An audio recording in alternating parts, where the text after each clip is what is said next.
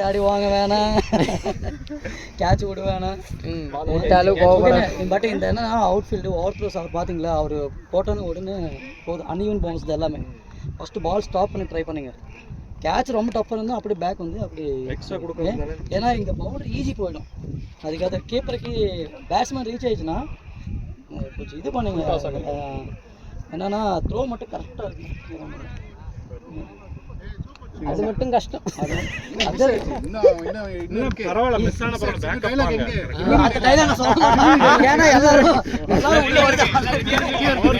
சரி, okay. நோத்தா 151 score. நம்ம score 151. Target 152 target. Okay, 151 average score. Okay, நம்ம டிபெண்ட் பண்ண பவர் பிளேயர் மட்டும் கேட்ச் ஓடாமல் இருந்தாலும் போதும். சரியா, ஆடிடலாம், ஜாலியாக ஆடிடலாம். சரியா, இன்றைக்கி மேட்ச் அப்படியே ட்ரெண்டிங். நம்ம வின் ஆகிட்டு போவோம். பெட் இல்லையா? ஓகே, பெட் இல்லை, ஆனால் நம்ம ஜெயிக்கணும். சரியா, ஓகே. அது இல்லை சொல்கிறோம், சண்டை வர்றதுக்கு வாய்ப்பு கொஞ்சம் கம்மியாக.